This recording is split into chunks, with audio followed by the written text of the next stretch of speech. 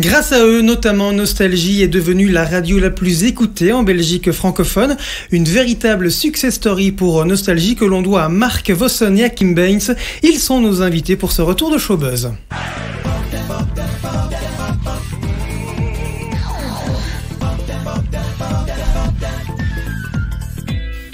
Mark Vossen, bonjour. Bonjour Cédric, bonjour Charlotte. Alors je dois dire, vous étiez l'ancien patron de N-Group. N-Group, c'est le groupe qui rassemble Énergie, Nostalgie, Chérie FM et Nostalgie Plus. Je dis vous étiez parce que depuis le 1er juin, 65 ans oblige, vous êtes à la retraite. Oui, et le mot retraite est quelque chose qui ne me convient pas, nous en reparlerons plus tard. Pour vous succéder, eh bien il est là, à vos côtés, Kim Baines. Bonjour, bienvenue dans ce studio. Merci, bonjour à vous. Et quand je dis à vos côtés, ça fait déjà quelques années. Oui, depuis 2012 et puis même depuis 98, on a un parcours en commun. On va évidemment en parler durant toute cette émission. On va parler avec Charlotte qui est également là pour m'aider dans cette interview. Salut Charlotte. Et bonjour à tous. Voilà, on parle évidemment de la success story de Nostalgie, des défis pour une radio comme Énergie, une radio jeune, et on parlera de manière plus générale du média radio. C'est Showbuzz, c'est reparti, mais avant toute chose, on plante le décor. Qui est Kim Baines, qui est Mark Vossen? Benjamin Maréchal vous dresse leur portrait. Mark Vossen, diplômé en droit, mais très vite il préfère le micro des radios au micro des salles d'audience. Première radio pirate en tant qu'étudiant, avant d'emmagasiner de l'expérience. Contact, FM le soir, SIS, il s'installe même un temps à la Côte d'Azur pour travailler sur RMC aux côtés de Jean-Pierre Foucault et Alain Chabat. En 1990, Mark Vossen rejoint la RTBF pour créer Bruxelles Capitale. En 2000, il prend la direction générale de Nostalgie, puis en 2011, prend les commandes de N-Group, le groupe qui chapeaute Nostalgie, Énergie et depuis peu Chérie FM.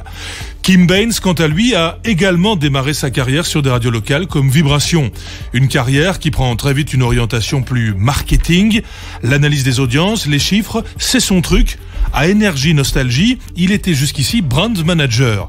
Avec Frédéric Herbet, le directeur des programmes, Kim Baines et Mark Vossen ont placé Nostalgie sur la première marche des radios les plus écoutées. Kim Baines prend donc le siège de Mark depuis le 1er juin.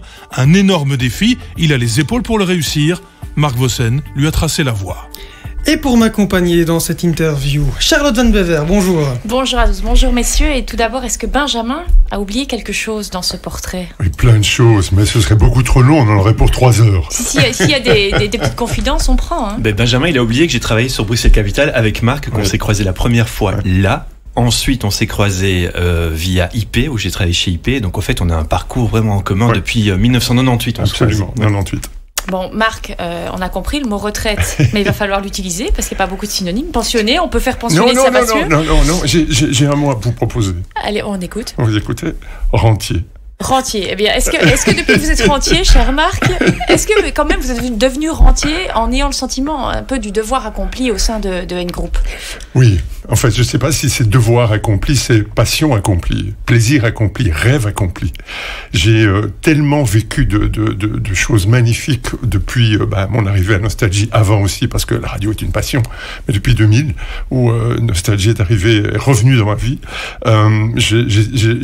les équipes, tout ce qu'on a réalisé, tout ce qu'on a mis en place, la réunion de Nostalgie Énergie, il y avait des équipes qui étaient différentes, le fait de créer Chérie, Nostalgie Plus, et de fédérer une équipe autour d'une même vision, d'un même enthousiasme, d'une même envie, d'un même rêve, c'est juste magique. Voilà. Donc j'ai vécu une vie magique et je continue à vivre une vie magique. Et c'est ce que j'allais demander. Est-ce que la suite, est-ce que depuis le 1er juin dernier, est-ce que vous vous sentez tout aussi bien, mieux? Non, ni mieux. C'est impossible. Non. Ni mieux ni moins bien. En fait, c'est différent. Ce qui est formidable, c'est que j'ai eu la chance de pouvoir prendre 3 mois où je n'ai rien fait, où je suis parti loin. Je suis parti en congé, en vacances. On appelle ça comme on veut. De toute façon, aujourd'hui, je suis en vacances perpétuelles. Donc, mais j'ai coupé pendant 3 mois. Et aujourd'hui, il y a un truc en fait que je vais continuer à devoir corriger. Mais ça, je pense que c'est jusqu'à la fin des temps. C'est c'est très difficile à faire des choix. Et c'est de prioriser. Et donc, j'ai plein de choses à réaliser, plein de choses à mettre en place, plein de rêves. J'ai des demandes, beaucoup de demandes. Et je ne sais pas quoi choisir, et je ne sais pas comment faire. Et je dis que donc, voilà. Donc tout se fait. Finalement, tout se fait presque. C'est ça. Oui. Voilà. On est sur Terre, Charlotte. On est sur Terre, Cédric. On est sur Terre pour réaliser nos rêves. Oui. Alors, l'objectif, c'est de réaliser ses rêves dans le respect de soi-même, de l'autre et de la terre.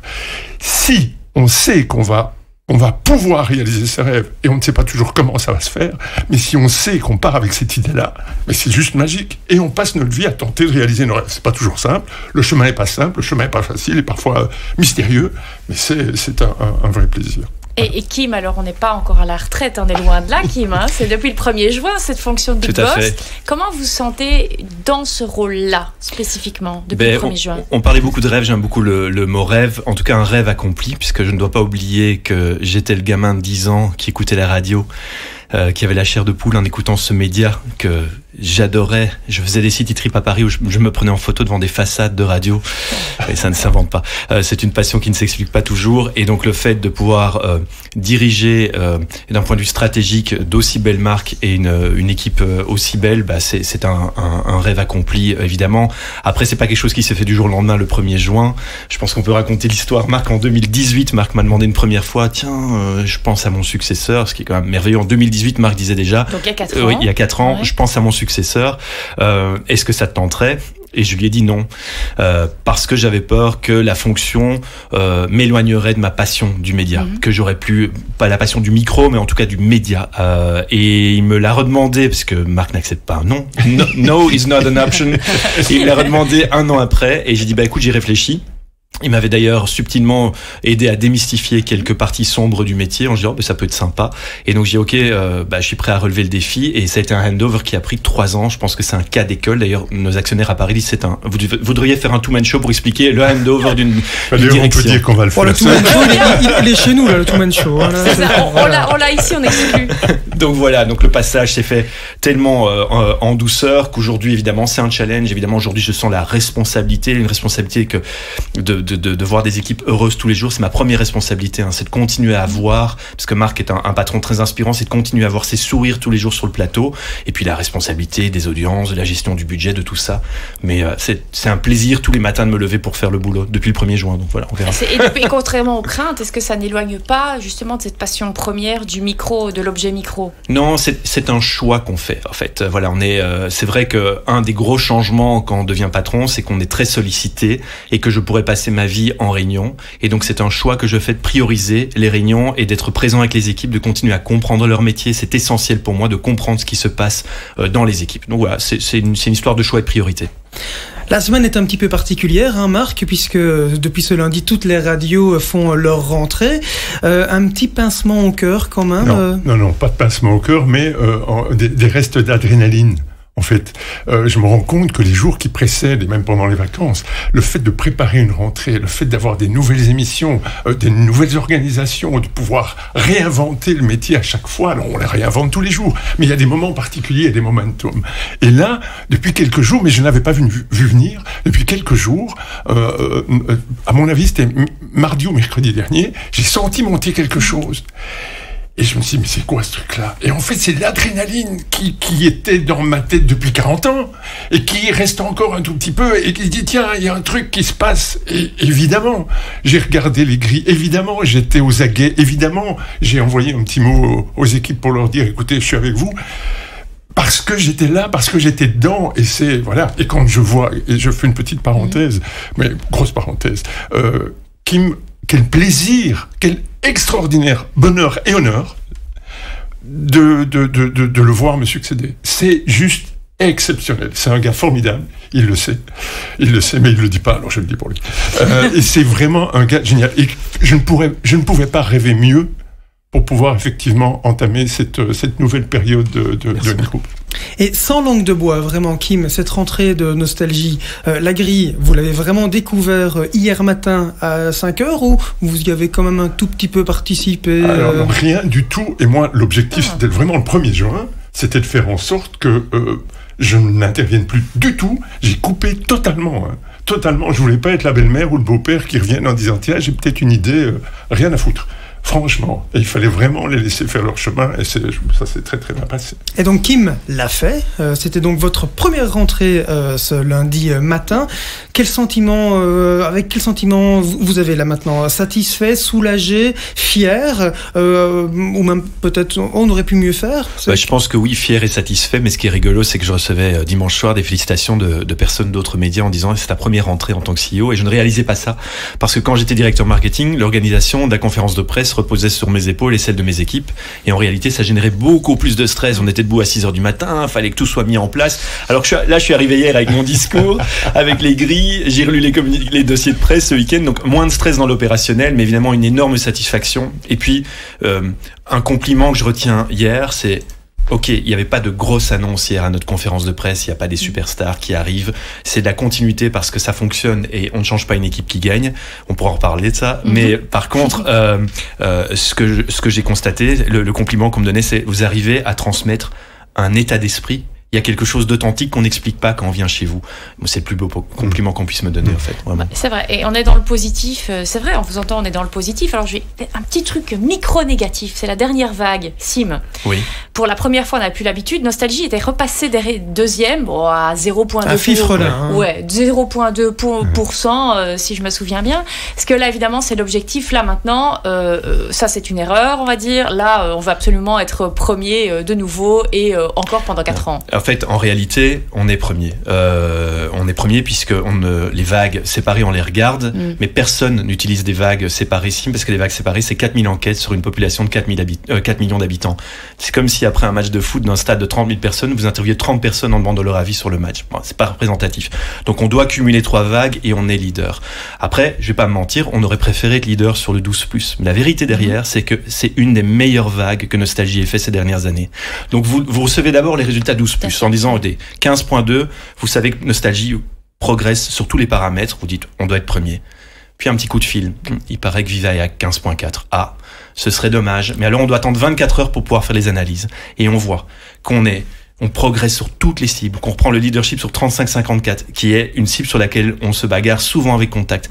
On progresse vraiment merveilleusement, c'est une des meilleures vagues qu'on ait faites, et on dit c'est juste dommage parce que la presse ne reçoit que le 12+. Bien sûr. Et voilà, donc pour nous, honnêtement, oui, on aurait préféré symboliquement être leader sur cette vague-là, mais en réalité, c'est une vague très satisfaisante. Donc ce qu'on regarde, en gros, on regarde septembre à juin, on fait un peu le cumul de septembre à juin, sachant que juillet et août, c'est un peu plus mort. En radio, on regarde septembre à juin. En réalité, le marché et la plupart des personnes qui utilisent des SIM rajoutent une vague, parce qu'il faut 3 vagues, et donc eux, ils sont pour l'instant sur mai, avril, et en octobre, on pourra regarder septembre, août. Donc c'est toute une année, chaque fois une année complète. Ok.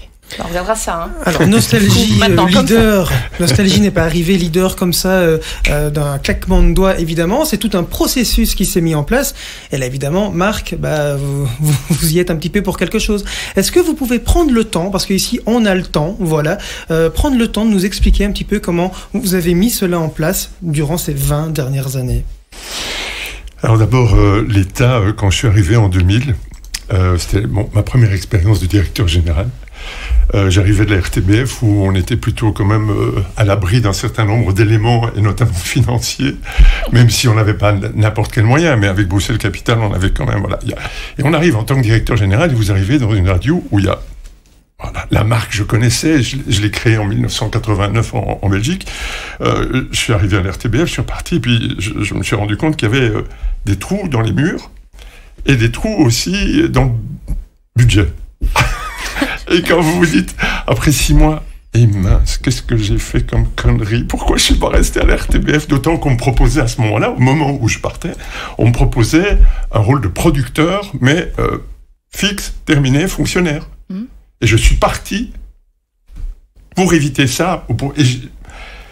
Et ce qui est dingue, c'est qu'au moment où je me dis, merde, qu'est-ce que j'ai fait?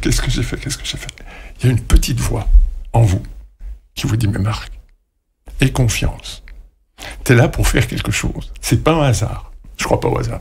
C'est pas un hasard. Et la petite voix vous invente, c'est ce que vous voulez. Il y a pas de position religieuse là. Et cette petite voix me dit, aie confiance. Et elle me dit, aie confiance dans ton équipe.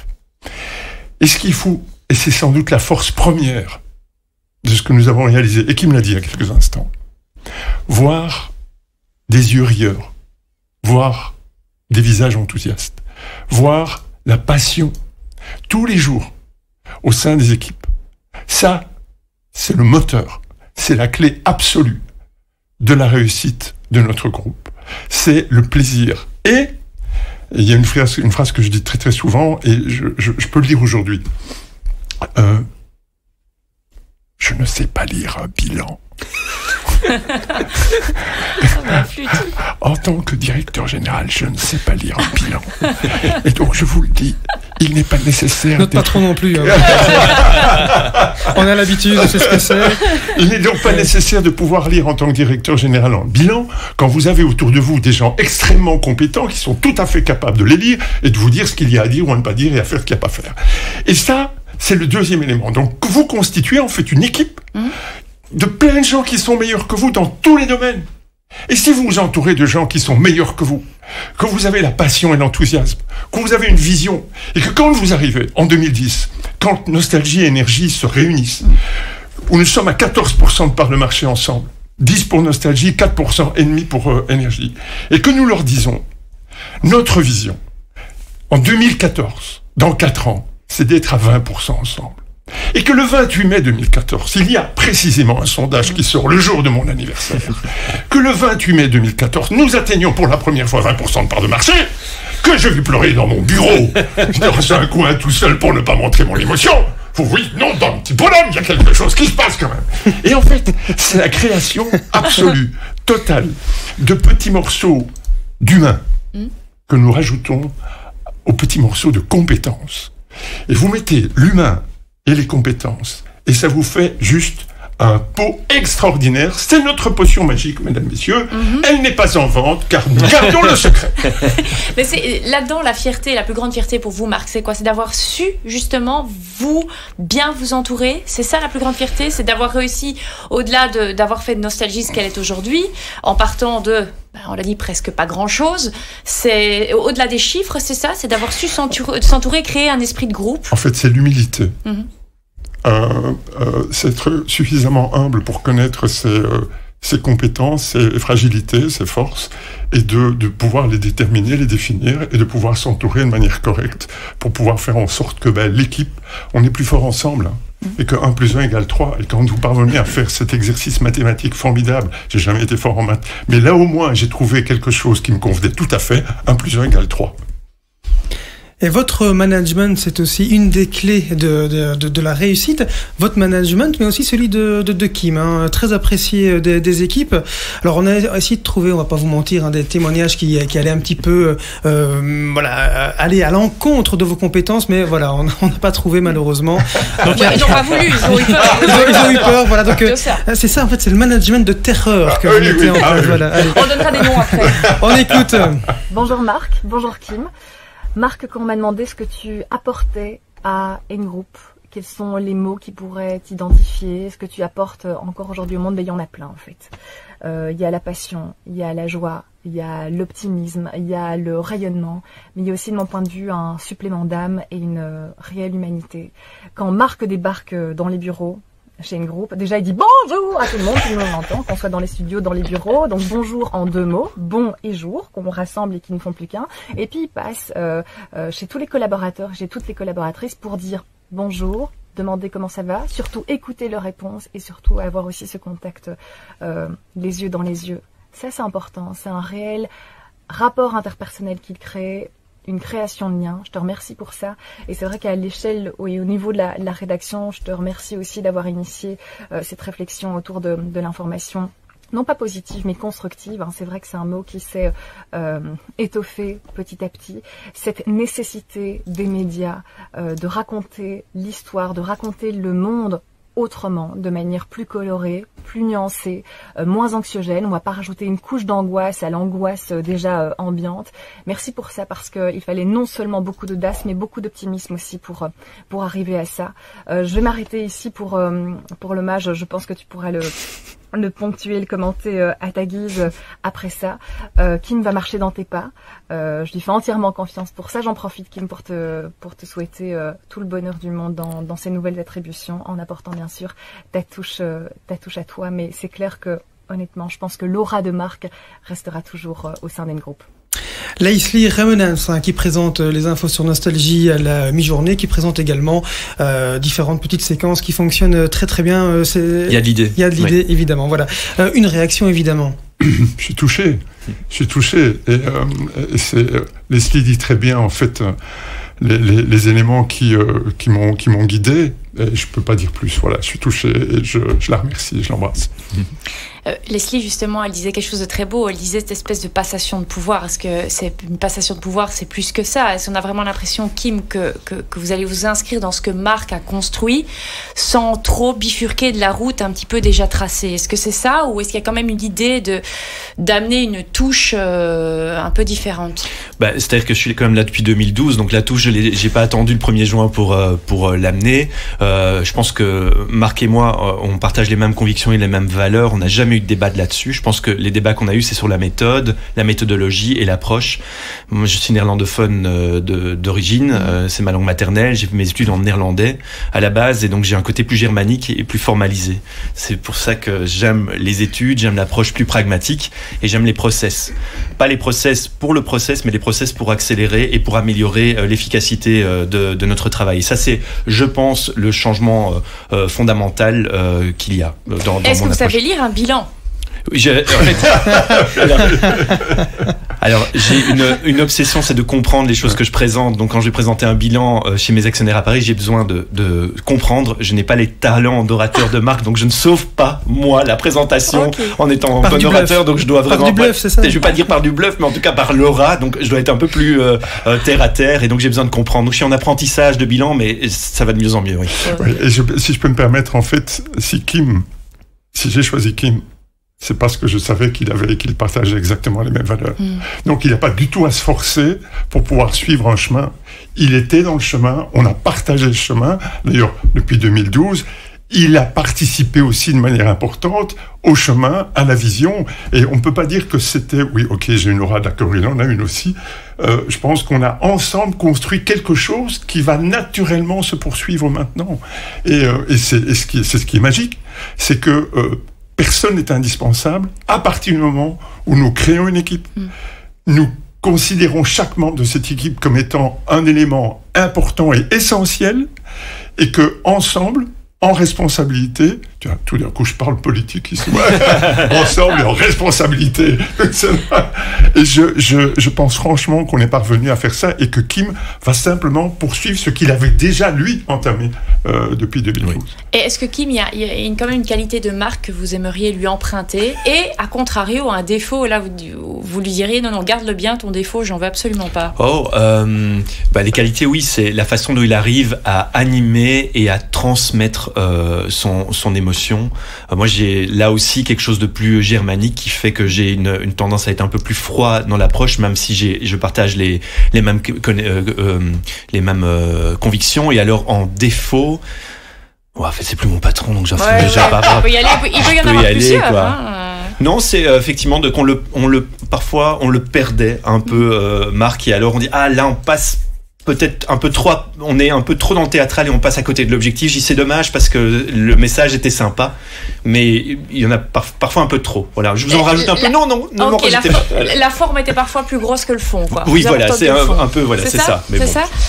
Je suis d'accord. Ouais. Je suis 1000 fois d'accord. Marc, s'il fallait donner un conseil à Kim, c'est quoi? Ce serait lequel? De pas critiquer son ancien patron? Oh non, parce que il n'attendait pas que je sois son ancien patron pour le dire. Hein, donc on partageait ça tout à fait, et je suis tout à fait conscient de ça. Je n'ai aucun conseil à lui donner. On a juste partagé suffisamment de choses. Il sait, si un jour il a besoin de me poser une question, de m'interroger sur tel ou tel truc, je viendrai lui dire avec plaisir et partager, mais je n'ai rien à dire et je ne veux plus rien dire. Et ça va être difficile. On va parler un petit peu contenu maintenant, ce que les auditeurs entendent. On parlera de énergie un petit peu plus tard. On va d'abord rester sur Nostalgie. Kim, vous n'avez quasiment rien changé à la grille de Nostalgie, du moins jusqu'à 19h. Là, il y a 2-3 petits changements qui ont été faits, notamment avec l'arrivée d'Olivier Deroy entre 20h et minuit. C'est un plus pour Nostalgie? Oui, je pense que la recette, c'est le succès de Nostalgie, c'est la popularité assumée de Nostalgie. Donc on a fait de Nostalgie une marque assumée, ce qui n'était pas toujours le cas. le nom nostalgie déjà, c'est synonyme de mélancolie, de tristesse, alors qu'on est tout le contraire à l'antenne. Donc il y avait ça, on a travaillé la marque et puis on a travaillé la popularité. Et Olivier est l'exemple même de cet animateur populaire, cette bonhomie naturelle, il a cette voix, cette rondeur dans sa voix. Ça fait quand même 2-3 ans qu'on se dit, tiens, Olivier, il serait pas temps de passer sur Nostalgie. Et donc, il a fait encore 2 saisons sur Énergie. Et là, on trouvait qu'il était temps qu'il prenne les soirées. Et je l'ai écouté hier. C'était touchant parce que la première heure, il avait la voix qui tremblait, comme un jeune, alors qu'il a une expérience de dingue. Mais il arrivait avec beaucoup de stress sur Nostalgie. Alors, vous savez, les auditeurs en radio n'aiment pas les changements non plus. Donc, le pauvre reprend une émission qui s'appelle le Nosta Club et toute la communauté du Nosta Club se déchaîner en disant je quitte, je ne vous écoute plus. C'est toujours comme ça pendant quelques jours et après il y a une nouvelle communauté qui s'installe. Donc je le soutiens, je suis à fond derrière lui, il a super bien fait ça et je suis ravi qu'Olivier soit sur Nostalgie. Alors vous le dites depuis le début, Nostalgie c'est aussi des personnalités, hein. Jean-Marie Debol, Frédéric Maltès, Julien Sturbois, ce sont des personnalités qui, voilà, on sent bien que ils sont là, mais ce sont des personnalités qui ne sont pas forcément clivante. Olivier Duroy l'est quand même un tout petit peu plus. Est-ce que ce n'est pas un risque ? Je pense qu'ils ont quelque chose en commun qui est très important, c'est que c'est des personnalités qui pensent nostalgie et qui parlent en on.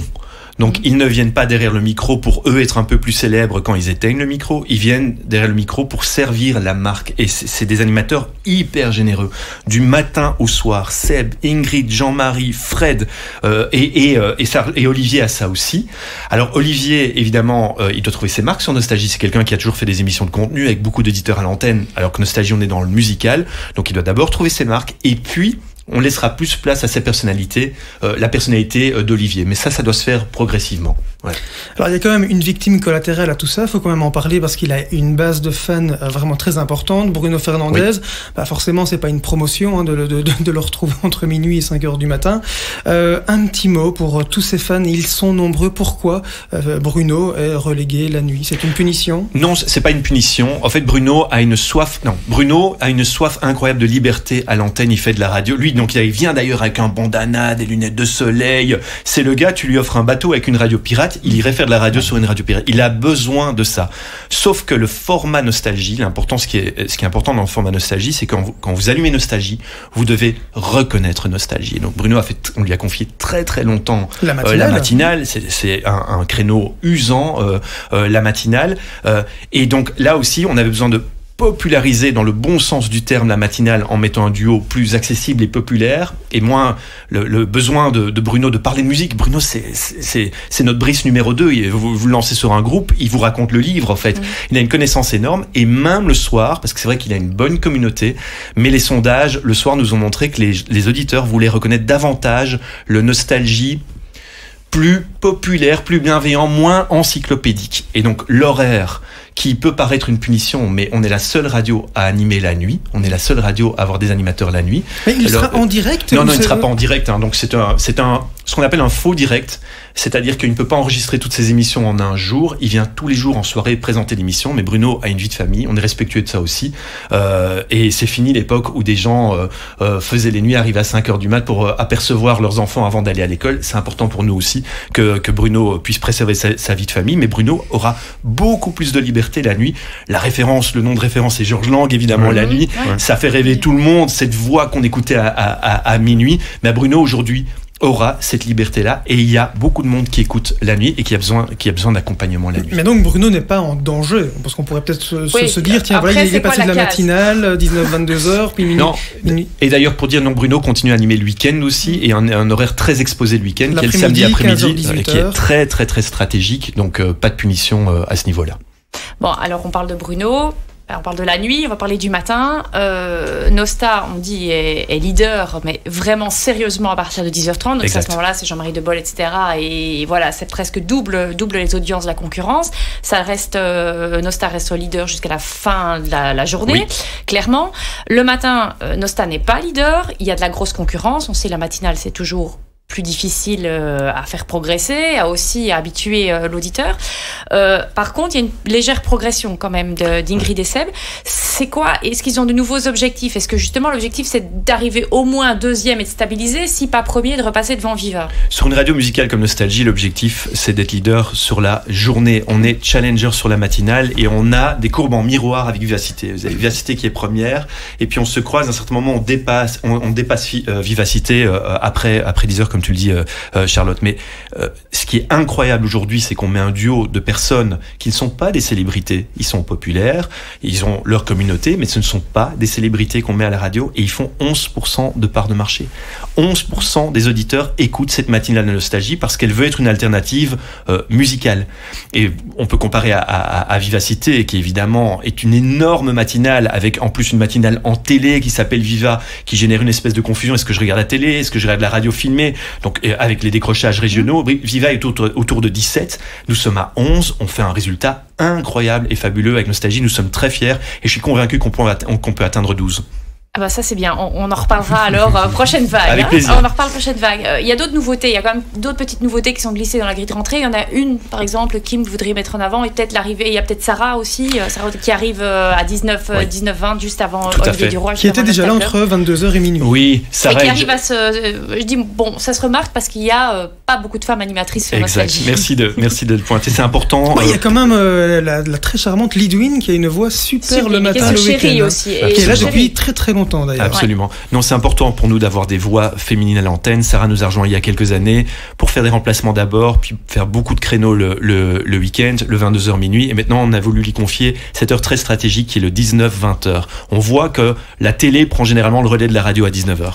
À 19h, la radio diminue fortement en audience. Et c'est important d'avoir une émission en rendez-vous qui peut être un peu plus upscale. L'émission s'appelle Nostalgie 5 étoiles. C'est des titres classe, populaires mais classe que Sarah va diffuser. Et cette fille est juste classe et brillante en animation et c'est la meilleure pour présenter ce genre d'émission. Autre réussite, parce qu'on parle de Nostalgie, il y a Nosta Plus, et qui est une vraie réussite, hein, on l'a encore appris ici à la conférence de rentrée, c'est 1,2% de part de marché. Ouais. Alors on rappelle quand même que Nosta Plus c'est du digital, et c'est du DAB+, donc ce n'est pas accessible à tout le monde, c'est pas la bande FM, donc les grands-mères ont du mal un peu à le choper, et c'est dommage. Mais justement, un mot sur cette réussite-là, est-ce que l'un et l'autre, puisque Marc était là au début, et Kim aujourd'hui, voilà, on a quoi, 20 000 auditeurs par jour, je pense. Plus 20 000, voilà. Oui, tout à fait.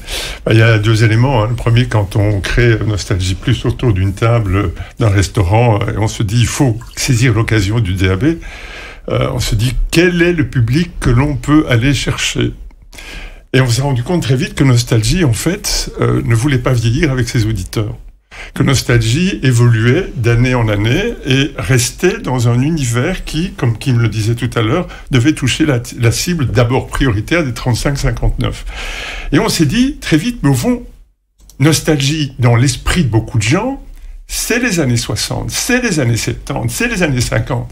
Et si on crée une radio, il y avait déjà Nostalgie 60 et Nostalgie 60 sur le web. Et si on crée une radio, et si on faisait une proposition pour créer effectivement cette radio qui s'adresse à ceux qui aiment les années 50, 60, 70, donc aux idoles, le temps des idoles, et si on s'adressait à eux, qu'est-ce que ça ferait ?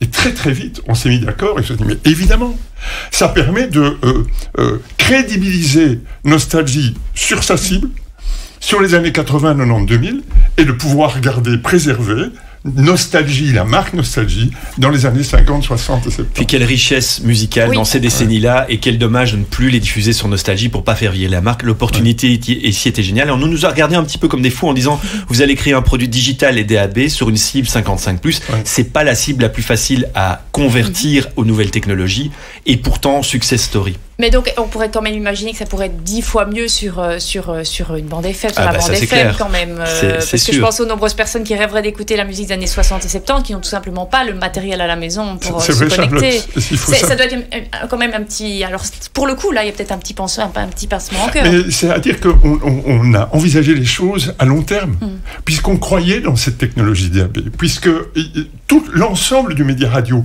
croit dans cette technologie DAB broadcast qui nous permet effectivement de pouvoir étendre, faciliter l'écoute à terme. Et donc, dans les années qui viennent, le DAB va pouvoir s'étendre. Aujourd'hui, on est à 20%.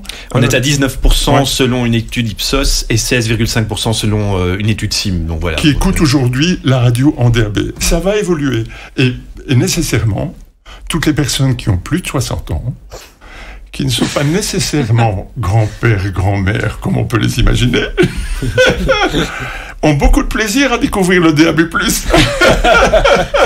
Et puis dans 10 ans, ce sera aussi les années 70 et bientôt les années 80 sur Nostal+. Voilà, on a compris. Mais bien sûr, ce sera l'évolution, absolument. Et N-Group, ça parle à toutes les générations, parce que vous avez également dans votre portefeuille la radio énergie. Alors là, je me tourne un petit peu vers tous les deux. Comment se porte en 2022 une radio jeune comme énergie avec toutes les nouvelles technologies, les Spotify et tout ça? Comment une radio comme énergie peut encore évoluer de manière positive? Alors Cédric, c'est particulier en fait, parce que quand en 2013 Spotify est arrivé en Belgique et on aurait dit voilà, bientôt tous les jeunes vont avoir 15 millions de titres plus de 15 millions de titres dans leur poche quand ils le veulent, sans pub, sans intervention. C'est la mort de la radio, et au fait il n'en est rien. Quand on regarde la courbe des 12-17 ans, qui est vraiment la cible la plus jeune qu'on puisse cibler dans le SIM, elle écoute toujours autant la radio. Il y a une toute petite baisse, mais elle est insignifiante. Mais il y a un changement fondamental, c'est qu'elle écoute toutes les radios. Elle n'écoute plus les radios jeunes, en fait, les 12-17 ans. Les 12-17 ans écoutent Nostalgie+. Les 12-17 ans écoutent Nostalgie. Les 12-17 ans écoutent Classique 21. Donc, je pense que le phénomène qu'il y a, c'est que aujourd'hui, faire une playlist de hits à la énergie, Spotify vous le propose aujourd'hui. En homepage, quand vous ouvrez Spotify, on vous propose de faire une playlist de hits. Faire une playlist Nostalgie, Classique 21 ou Nostalgie+, c'est nettement plus compliqué. Et donc, on voit que les jeunes écoutent encore la radio, mais sont curieux de nouveautés et se tournent vers la radio pour découvrir ces nouveautés, parce que ce n'est pas l'algorithme Spotify qui leur permet de la découvrir. Donc, le challenge d'énergie, c'est de se réinventer à ce niveau-là. Aujourd'hui, toutes les études qu'on fait le prouvent. Ceux qui veulent du hit choisissent énergie. On est le premier choix. Il y a tout l'emballage autour qu'il faut retravailler, et il faut se remettre en question chaque année à ce niveau-là, quoi. Et très concrètement, ça se marque comment pour cette rentrée? Ça se marque, en fait, Énergie a toujours été fort calqué, surtout Énergie et Belgique a été fort calqué sur le modèle français. Et en France, on fait de la radio très formatée. Je sais pas si vous avez déjà remarqué, quand vous partez en vacances en France, vous avez l'impression, quand vous écoutez la radio, de l'avoir éteint la veille, alors que peut-être que vous n'étiez plus venu depuis 6 mois. Vous allumez une radio et c'est la même chose. Ils sont convaincus de ça, que quand on rentre dans une radio, on doit reconnaître sa radio. En Belgique, c'est différent. Et nos actionnaires français, ils le comprennent. En Belgique, quand on voit le top 3 des radios leaders en Belgique, ce sont les radios les moins formatées. Niveau habillage antenne, niveau animation, les animateurs n'ont pas les mêmes voix, les animateurs n'animent pas tous de la même manière. Le Belge aime ça. Et moi je dis toujours, la Belgique est un chaos. Et en fait, la radio, le média radio est à l'image du chaos belge. Il aime que ça soit un petit peu bordélique, en fait. Voilà, c'est ça qu'aime le Belge. Pour être très concret, c'est par exemple que en France, un animateur, toutes les 10 minutes, va répéter tout le temps dans chaque intervention, 10 hits à la suite, on est reparti pour 30 minutes de, voilà, et c'est tout le temps les mêmes phrases qui reviennent. Il y a quelques années, ils avaient même des phrases types collées sur la console parce qu'ils devaient parler en phrases types pour qu'on reconnaisse au travers de l'intervention sur quelle radio on était. Là, je trouve qu'on perd l'âme de la radio. On parlait de personnalité au niveau des animateurs. Là, il y a évidemment aucune. C'est un robot. Et donc oui, le travail qu'on fait avec Énergie, c'est d'amener à nouveau des personnalités. L'arrivée de Julie Taton il y a 3 ans, on peut pas dire qu'elle soit formatée Énergie. C'est la vraie namuroise, bien vivante, entourée d'une équipe. Ensuite, vous avez Quentin qui n'a pas le format non plus Énergie. Il y a Koé en fin d'après-midi qui adore la Belgique, qui certes est dans un format français, mais qui ouvre aujourd'hui un show incroyable. Je pense que 17 personnes travaillent sur cette émission radio. C'est quasi des moyens d'une émission télé. Et le soir, maintenant, on a mis Mike parce qu'on sent que le soir, là, il y a un changement fondamental le soir. C'est que la radio devient parfois le deuxième choix après le net. Donc, il y a toute une époque où on disait, OK, j'écoute la radio et je vais sur mon ordinateur ou mon téléphone. Aujourd'hui, les jeunes, ils disent, je vais sur mon ordinateur et le téléphone. Et si la radio a quelque chose d'intéressant à me proposer, je vais écouter la radio. Et c'est pour ça qu'on a mis Mike à l'antenne. Mike est quelqu'un de connecté, qui connaît le web et qui va pouvoir reconnecter la radio et le web tous les soirs entre 19 et 22 heures. On parlait des audiences tout à l'heure, en tout cas celle de Nostalgie, donc qui est aussi entre 14 et 16%. Énergie, c'est plutôt entre 5 et 7%. Tout à fait. 7%, c'est quoi? C'est le plafond d'énergie? Je pense qu'on n'aime pas parler de plafond chez nous parce qu'il faut toujours rêver grand. Et puis en plus, ici, on parle 12+, alors que Énergie n'a pas pour vocation de cibler les 40+ en réalité. Donc nous, ce qu'on regarde, c'est les audiences 12, 44, même 12, 34. Et là, il est important qu'on soit autour de 15, 17% de part de marché. C'est ça les paramètres que nous regardons. Le 12+, évidemment, Personne n'aime avoir un mauvais article dans le journal le lendemain du CIM, alors que l'ensemble des journalistes se basent sur le 12+. Mais en réalité, nous, derrière, on regarde les cibles qui nous intéressent. Est-ce qu'on est allé chercher les auditeurs qui sont dans notre cible ? Kim, vous parliez de Julie Daton, qui est arrivée il y a 3 ans déjà. Elle a re-signé, elle a même signé pour 2 ans. Oui. Donc on sait déjà qu'elle sera déjà là à la rentrée prochaine, elle nous l'a dit. Hein. Oui. Est-ce que son arrivée, c'est quand même un gros coup dont on reste fier 3 ans plus tard ? Oui, évidemment, on est super content d'avoir Julie. Moi, j'ai eu l'occasion de travailler avec Julie à l'époque où je travaillais chez RTL.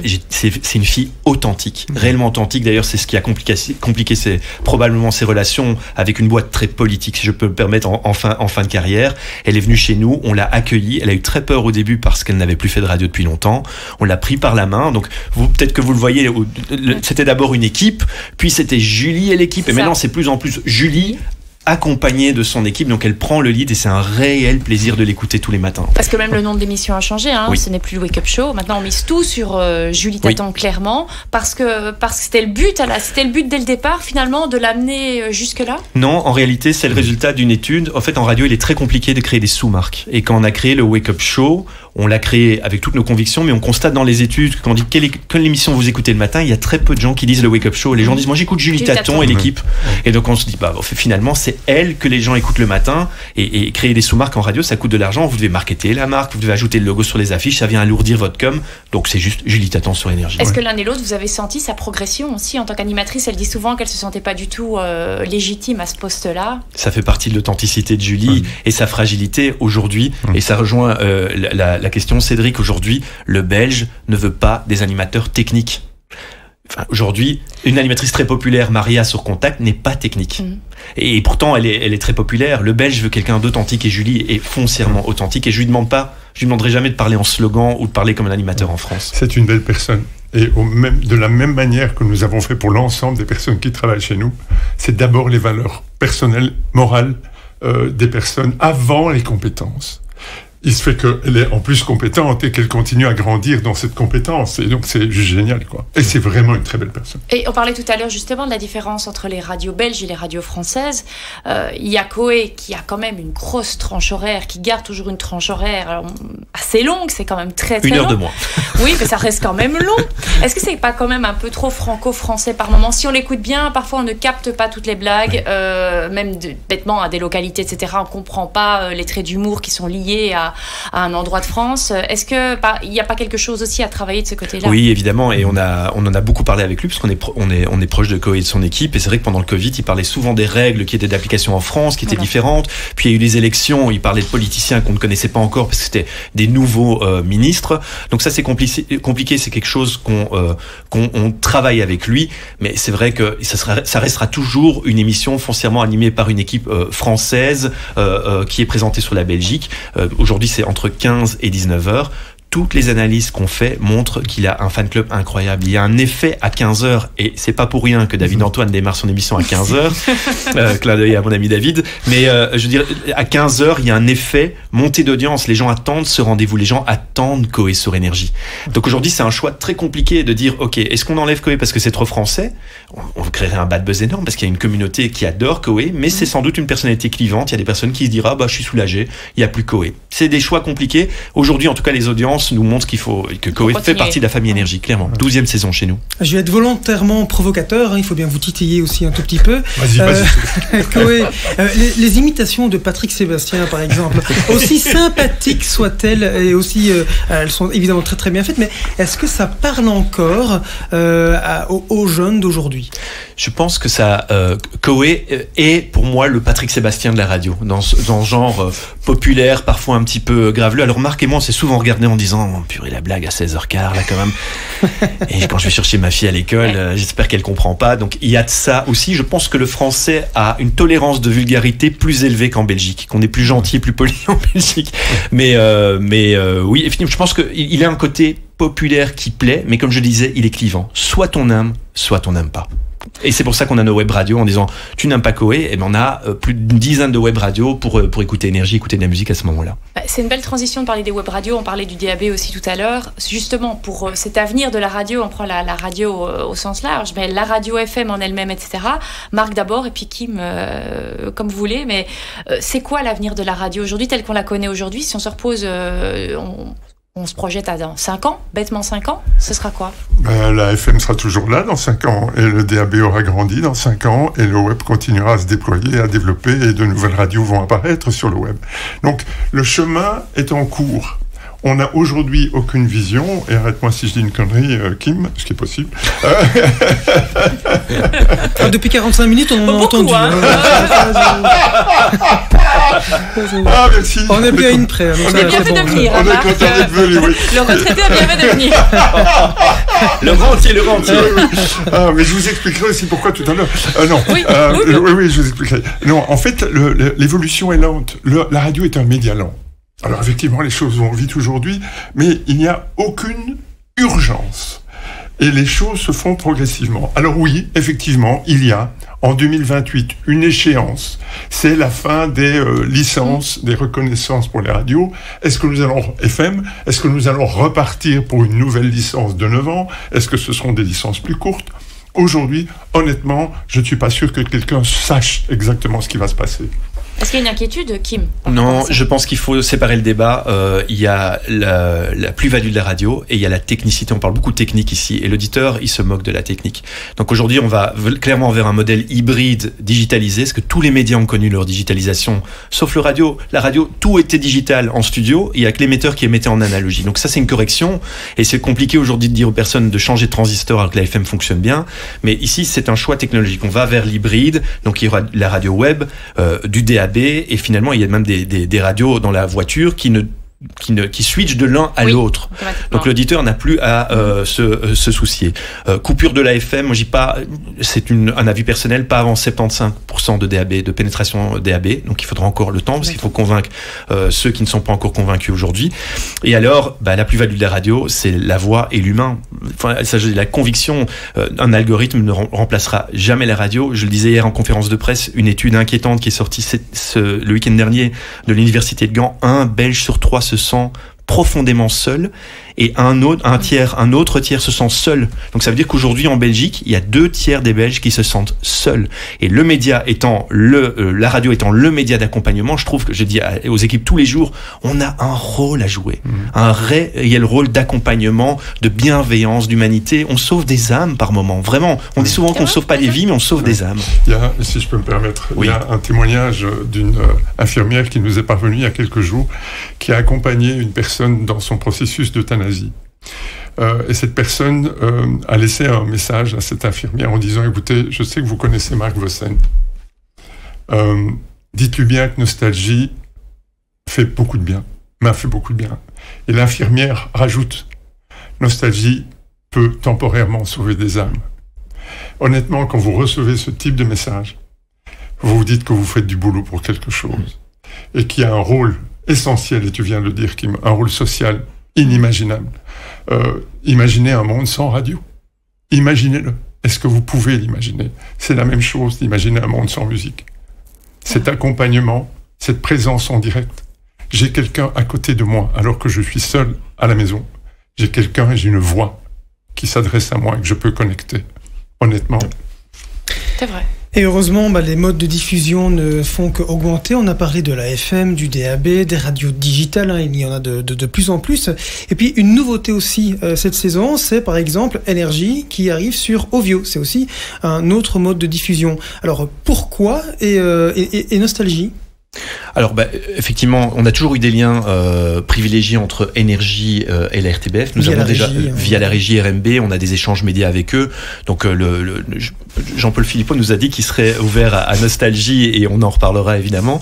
C'est important pour nous d'être partout où sont nos éditeurs. Nous ne pouvons pas avoir la prétention de dire que les auditeurs vont aller taper tous les jours sur leur ordinateur énergie.be ou télécharger notre application. Ça demande un effort qu'on ne peut pas exiger de leur part. Ils viennent s'ils en ont envie, mais on doit surtout être là où eux sont. Et si demain il y a une radio intégrée dans un micro-ondes, je veux y être avec nos radios. Ce qui est important, c'est d'être sur des agrégateurs de confiance.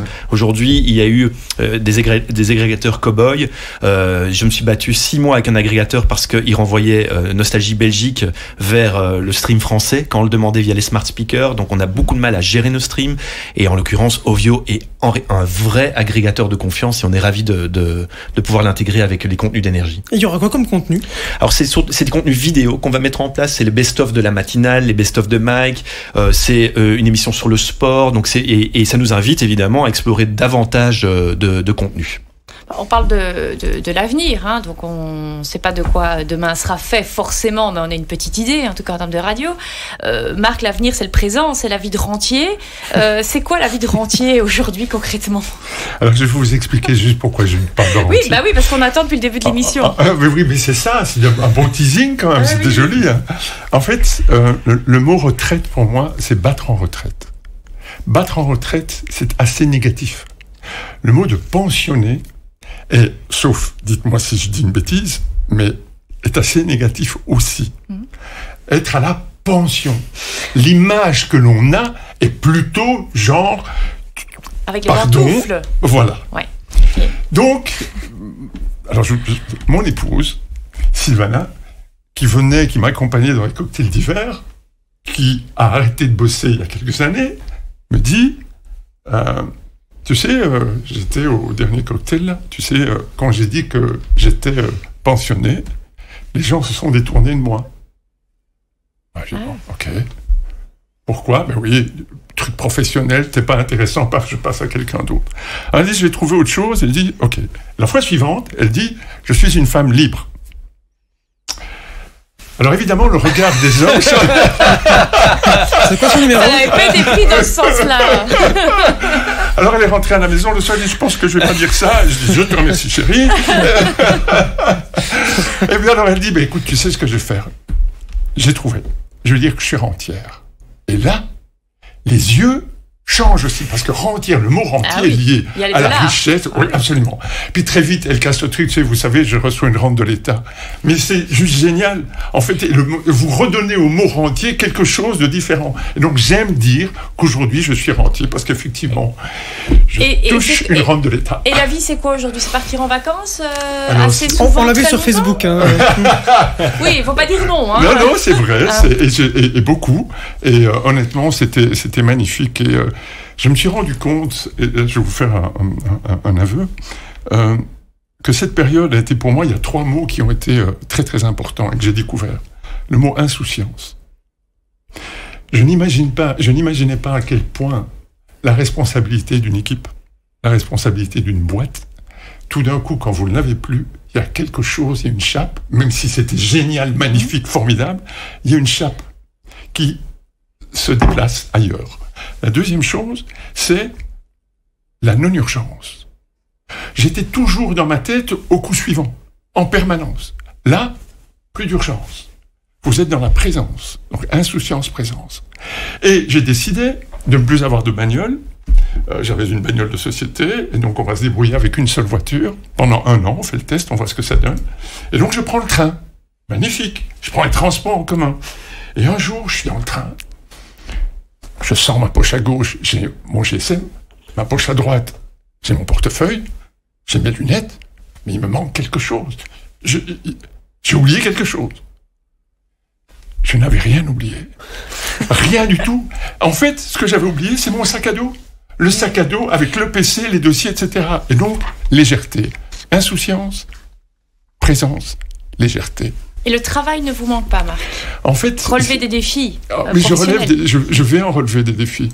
Vous savez, je suis conférencier, je suis coach en développement personnel, j'ai des rêves encore à réaliser. Vous savez qu'on devient vieux lorsque la liste des rêves à réaliser est moins importante que la liste des rêves que vous avez déjà réalisés. Donc, il y a encore plein de rêves que j'ai à réaliser. Parmi ces rêves, il y a un one-man show. Sérieusement? Oui, sérieux. Mais en duo ou seul? Non. Non, ça, ce serait le two-man show. Donc, il y a 3 projets en cours. Je ne sais pas si un arrivera au bout du truc, mais En tout cas, l'objectif, c'est pas de réussir. C'est pas de performer. L'objectif, c'est de réaliser ses rêves. Il y a ça, il y a l'écriture, la seconde partie de balancer vos ondes positives, il y a l'écriture d'un roman, il y a du coaching collectif aussi auprès d'une importante banque, d'un comité de direction, coaching d'un comité de direction. Donc, je vais vraiment avoir du mal à choisir et je dois prioriser, donc c'est vraiment très très compliqué pour moi aujourd'hui. Ça l'a toujours été et je pense que ça va l'être jusqu'à la fin. Et Kim, lui, il a un défi, lui. Oui, parce que vous n'allez pas chauffer, vous n'allez pas chômer, mais je pense que Kim ne va pas chômer dans les prochains jours. Il a un gros chantier là avec Fred Herbé. Oui, tout à fait. Oui. Et oui, c'était pas calculé que vous veniez maintenant. Je pensais que vous alliez parler des jumeaux qui viennent de naître à la maison parce que j'ai un chantier familial aussi. C'est vrai, félicitations pour les jumeaux. Et courage surtout, mais qui va remplacer Fred Herbé? Donc en fait, Fred Herbé, il faut déjà savoir que depuis 2021, et c'est forcément une info que nous n'avions pas divulguée à nos équipes non plus, Fred m'a dit, Kim, 2022 sera ma dernière année. Je fonctionne par cycle de 5 ans et ce sera ma 6e année. Et donc on était en train de préparer la succession de Fred depuis longtemps. On savait qu'il devait nous quitter fin 2023. Évidemment, je ne savais pas qu'il allait nous quitter pour aller au trottoir d'en face. Oui. Donc on va préciser, Bel RTL Radio Contact, exact. Et c'est au 1er novembre. Voilà. Chez nous, puisque maintenant, on les a rachetés. Dans vos groupes, donc je ne vais pas faire le fier en disant que j'étais ravi d'apprendre cela, mais je ne suis pas paniqué du tout. J'adore les challenges et les opportunités. Donc, pour autant, Fred fait ça pour accepter un challenge, pour sortir de sa zone de confort. Il a face à lui quelqu'un qui adore les challenges, et pour moi, c'est une opportunité géniale au bout de 6 ans d'amener du sang neuf au sein de Nostalgia. Aujourd'hui, la personne qui remplace Fred, uniquement Fred, parce que c'est une structure que je vais remettre en place, c'est Jean-François Potier. Jean-François Potier est quelqu'un qui n'est pas connu, mais c'est l'artisan, c'est lui qui détient la potion magique de Nostalgie. C'est un ancien animateur de Nostalgie. C'est un ancien animateur. Début des années 2000. Exact, plus de 20 ans de maison. C'est lui qui a mis en place la potion magique de la programmation musicale. Il détient toutes les règles de la programmation musicale. Il était l'adjoint dans l'ombre de Fred depuis des années, ce qu'on appelle chez nous le chef d'antenne. Donc il coordonnait l'antenne et il est évident que pour assurer la continuité et rassurer les équipes, il était évident que c'était lui le meilleur candidat. Après, il sera accompagné de personnes venant de l'extérieur dont je ne peux pas encore citer le nom aujourd'hui. Voilà. Et je me permets de rajouter un truc. En 2016, nos 2 directeurs de programme, Joël Abbé et Stéphane Gilbert, le même mois, au mois de juin, nous ont dit voilà, moi je vais partir à la RTBF, moi je vais partir à RTL. Et comme Kim vient de le dire par rapport à Fred, ça nous a donné l'occasion de changer les choses. Je ne dis pas qu'on danse la carmagnole. Non, mais Energy Group s'est bien porté après je ne dis pas que leur départ a fait qu'Energy Group s'est bien porté, mais c'est très bien porté après. Charlotte, si vous partez, et c'est exactement ce que Kim vient de dire, si vous partez de l'idée que d'un obstacle peut naître une opportunité, vous avez déjà 50% de gagné. Après, il faut mettre les choses en place. Exact. Mais c'est exactement ça. Et bonne merde à Fred, que ça se passe le mieux possible pour lui. Et c'est vraiment un chouette gars. Mais ok, on devient concurrent. C'est marrant, je dis on. Le professionnel est revenu, hein. Monsieur, j'ai laissé mon sac à dos. Voilà, comme ça c'est fait. Un mot de la fin, messieurs? Un petit mot de la fin tous les deux? Ça fait toujours plaisir de parler de notre métier. Je pense que vous l'avez senti. C'est une passion qui nous anime. Et une fois de plus, j'ai du mal à réaliser aujourd'hui que la vie m'offre l'opportunité de réaliser mon rêve, qui est de celui de s'occuper, de faire de la radio, de faire de la stratégie. Je me suis vite rendu compte que faire du micro tous les jours, c'était pas ma tasse de thé. Mais en tout cas, de construire avec des équipes des belles marques radio. Ouais. Moi, je dirais merci. Merci infiniment de cette rencontre, du fait d'avoir maintenu le rendez-vous à cette date, de nous avoir permis, parce que comme ça tout le monde le sait, logiquement ce rendez-vous était prévu il y a 3 mois. Oui, c'est vrai. Avant l'été. Avant la retraite. Oui. Mais merci d'avoir maintenu, parce que d'abord ça permet de vous rencontrer, de vous revoir, et vous êtes de belles personnes aussi, très très bienveillantes. Vous astiquotez vos invités, mais vous avez raison, c'est votre métier aussi, mais vous le faites avec beaucoup de bienveillance et le sourire, et donc c'était très agréable. Merci à vous deux pour la positive attitude qu'on a bien reçu. C'est clair. Marc Vossen, ancien patron de groupe, et Kim Baines, qui donc lui a succédé à partir de depuis le 1er juin, étaient donc nos invités pour le retour de Showbuzz pour cette nouvelle saison 2022-2023. Merci et à bientôt. Sudinfo, à chaque instant, au premier rang.